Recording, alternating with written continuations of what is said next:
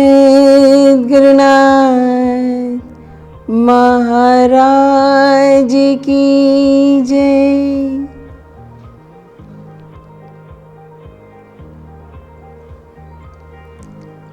जय श्री गुरुदेव। कैसे हो मेरे प्यारे प्यारे बच्चों? आशा करती हूँ हमेशा की तरह स्वस्थ होंगे, मस्त होंगे, जबरदस्त होंगे। चलो प्रार्थना करेंगे।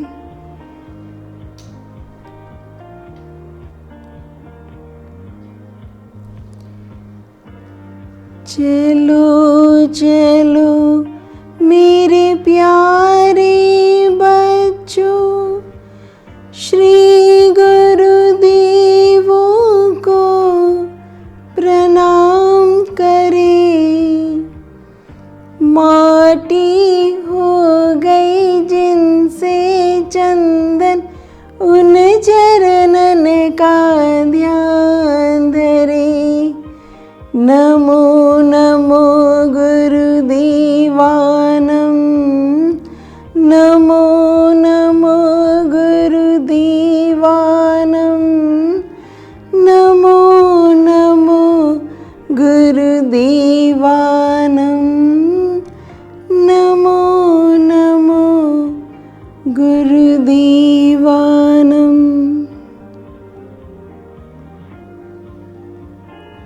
मेरे प्यारे बच्चों, आज हम त से लेके म तक के अक्षरों के बारे में विस्तार से जानेंगे, समझेंगे, देखेंगे।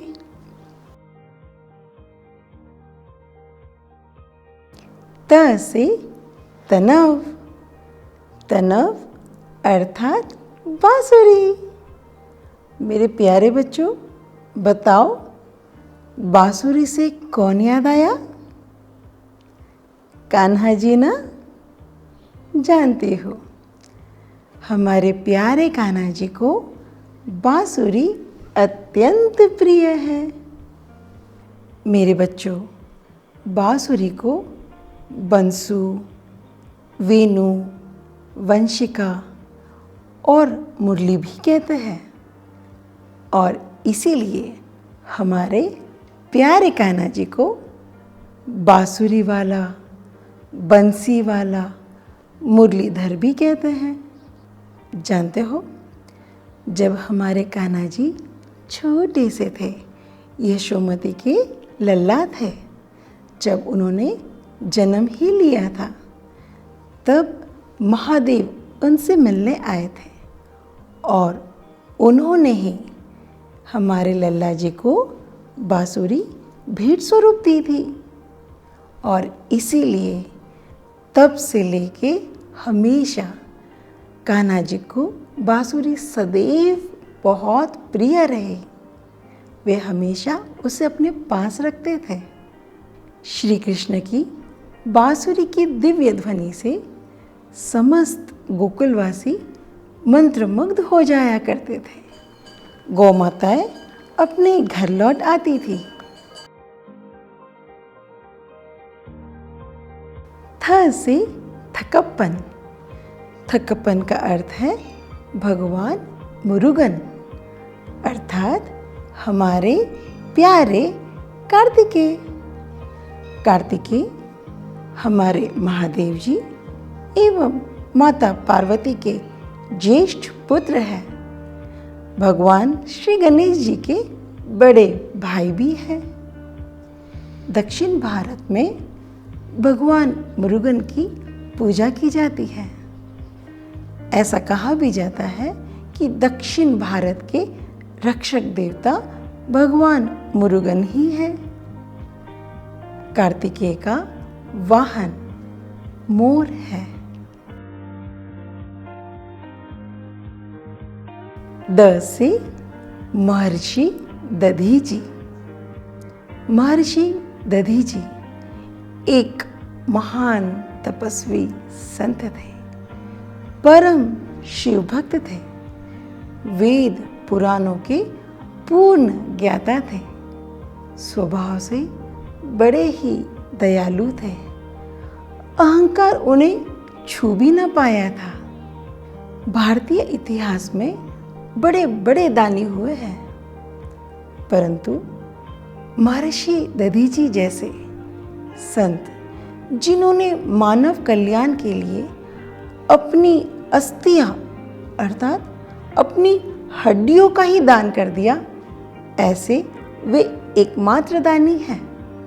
जब महर्षि दधीची को यह पता चला कि उन्हीं के अस्थियों से निर्मित वज्र द्वारा ही वृत्रासुर नामक असुर का वध किया जा सकता है, जो लोगों को बहुत कष्ट पहुंचा रहा है, जैसे ही उन्हें पता चला कि उनकी अस्थियों की आवश्यकता है इस संसार के कल्याण के लिए, उन्होंने एक क्षण भी कुछ ना सोचा, तत्क्षण अपना देह त्याग कर दिया और अपनी अस्थियां देव को दे दी, ताकि वह वज्र नामक शस्त्र बना सके, जिससे असुरों का संहार किया जा सके।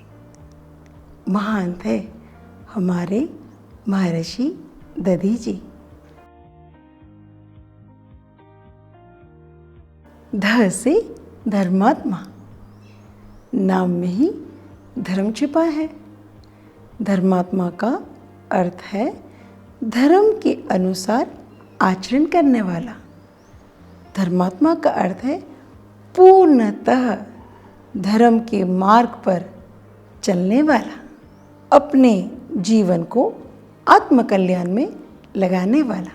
मेरे प्यारे बच्चों, धर्मात्मा का पूर्ण अर्थ है सत्य, अहिंसा, अचौर्य, संतोष, दान, परोपकार, क्षमा, ऐसे महान गुणों का धारक, जो पूर्ण रूप से सद्गुणों को आत्मसात कर अपने जीवन को धन्य बनाने वाला, पूर्णतः अधर्म से दूर रहने वाला।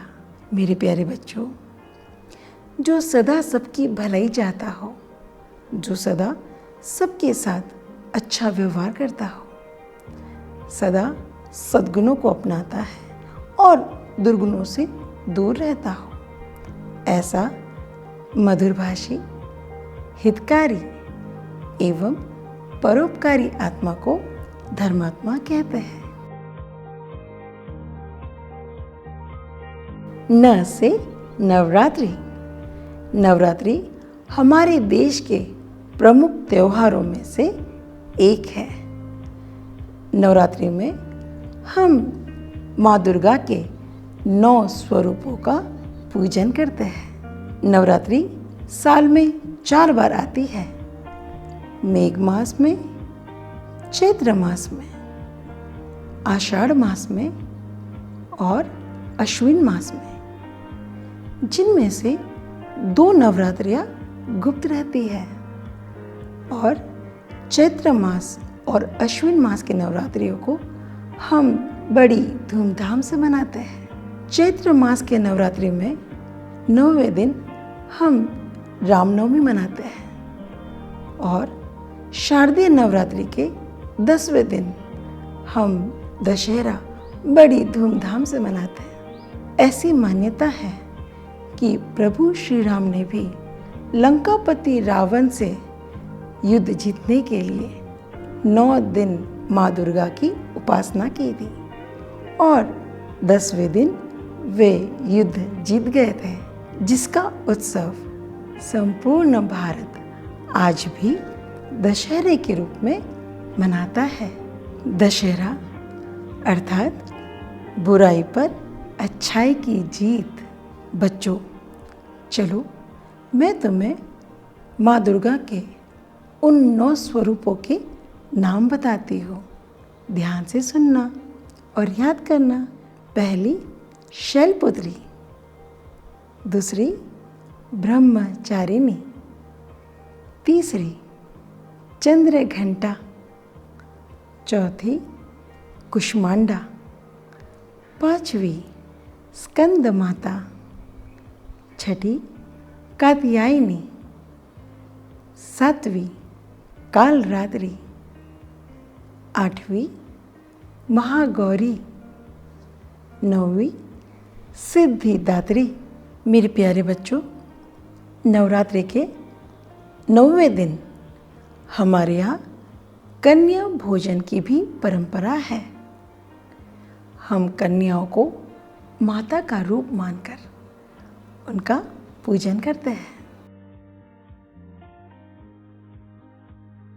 प से पवन पुत्र। मेरे प्यारे बच्चों, हमारे प्यारे हनुमान जी का ही एक और नाम है पवन पुत्र। माता अंजना एवं पिता वनराज श्री केसरी जी, इन्हें हमारे प्यारे हनुमान जी पवन देव के आशीर्वाद से ही संतान के रूप में प्राप्त हुए थे। इसीलिए हनुमान जी को पवन पुत्र भी कहते हैं। फ से फणीश्वर। फणीश्वर अर्थात नागों का राजा, नागों का देवता।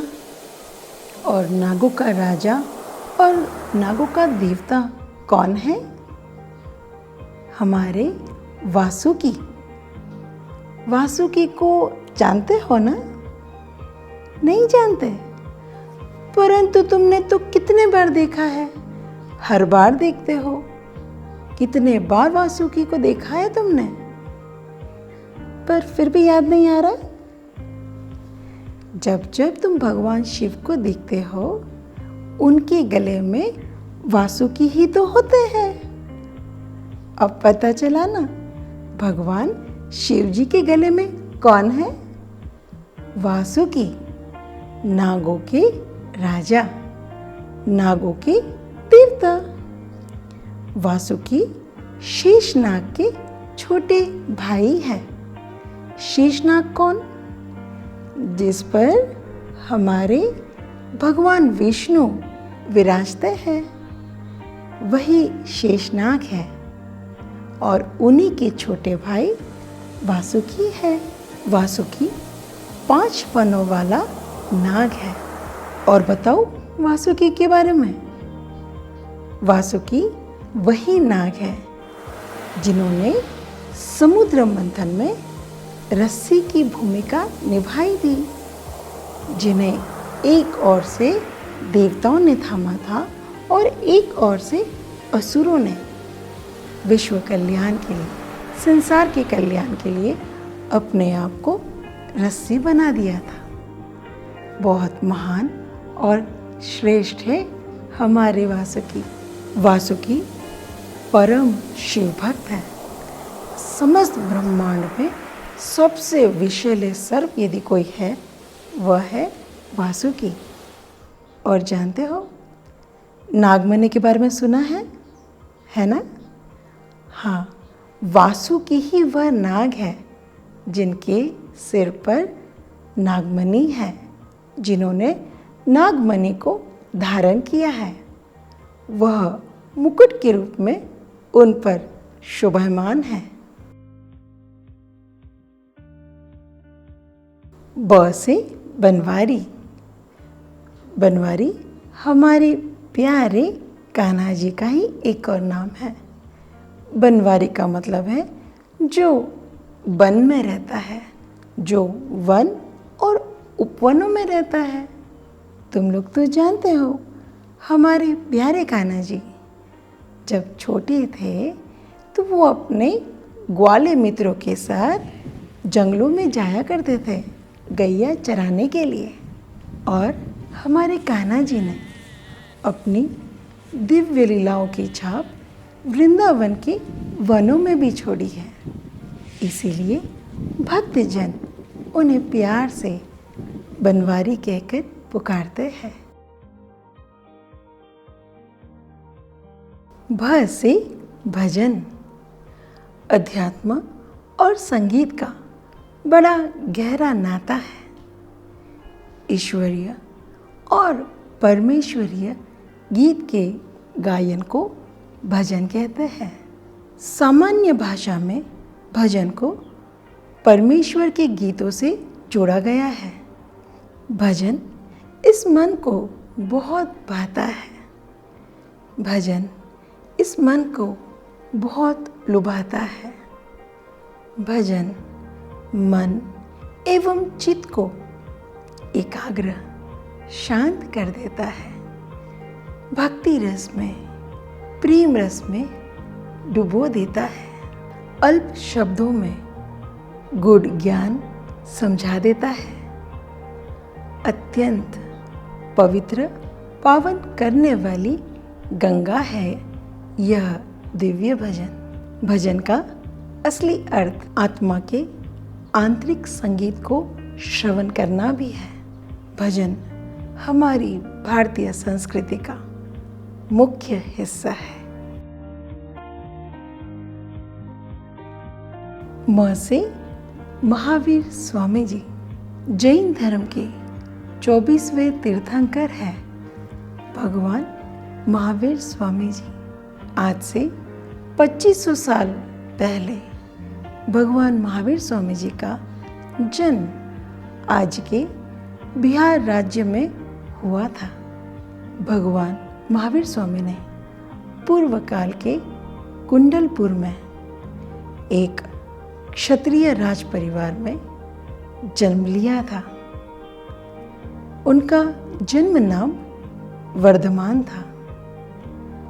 उनके माताश्री का नाम था माता त्रिशला और उनके पिताश्री का नाम था राजा सिद्धार्थ। महावीर स्वामी सत्य, अहिंसा, प्रेम, करुणा, क्षमा के प्रतीक है।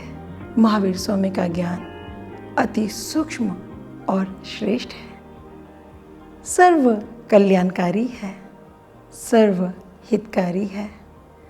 बहुत सूक्ष्म तरीके से उन्होंने संसार के कल्याण के लिए अत्यंत दिव्य ज्ञान प्रदान किया है। उस दिव्य ज्ञान से आज भी अनेकों आत्माएं धर्म के इस पावन मार्ग पर चलकर अपना कल्याण कर रही है। मेरा यह मानना है, यदि महावीर स्वामी के दिव्य ज्ञान का अनुसरण किया जाए, पालन किया जाए, तो इस संसार का छोटे से छोटा जीव भी दुखी नहीं रह पाएगा। अत्यंत कल्याणकारी और परोपकारी ऐसा दिव्य ज्ञान है मेरे महावीर का। मेरे प्यारे बच्चों, आज हमने त से लेके म तक के अक्षरों का ज्ञान प्राप्त किया है। इसे बार बार सुनना, समझना और याद ज़रूर करना। अपना ख्याल रखना, अपने माता पिता की सेवा करना, सबका ख्याल रखना, स्वस्थ रहना, मस्त रहना। इन्हीं आशीर्वादों के साथ सद्गुरुनाथ महाराज की जय। जय श्री गुरुदेव। Love you all. सद्गुरुनाथ महाराज की जय।